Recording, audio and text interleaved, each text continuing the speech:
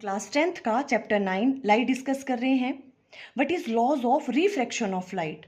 First law है the incident ray, the refracted ray and the normal at the point of incidence at the interface of two transparent media all lie in the same plane.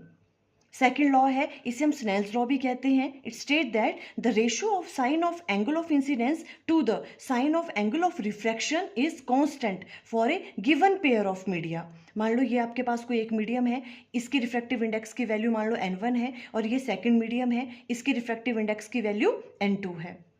अब ऐसे कोई light incidence की यहाँ पे, ये angle of incidence होगा तो ये एंगल ऑफ रिफ्रैक्शन होगा।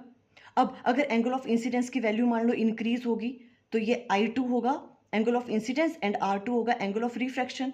वैसे ही आपने नेक्स्ट वाले में ये I3 है एंगल ऑफ इंसिडेंस, ये R3 क्या हो गया, angle of refraction. Then according to Snell's law sine I1 divided by sine R1 किसके बराबर होगा, sign I2 divided by sign R2।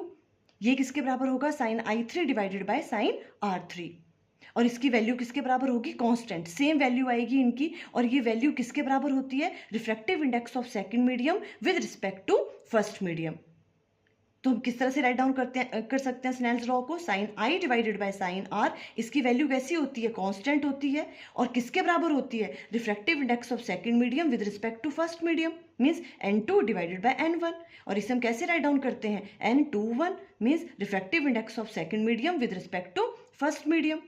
इसे हम इस तरह से भी राइट डाउन कर सकते हैं, अगर इसमें क्रॉस मल्टीप्लाई कर दें तो देखो n1 sign I equal to किसके बराबर आ जाएगा, n2 साइन R।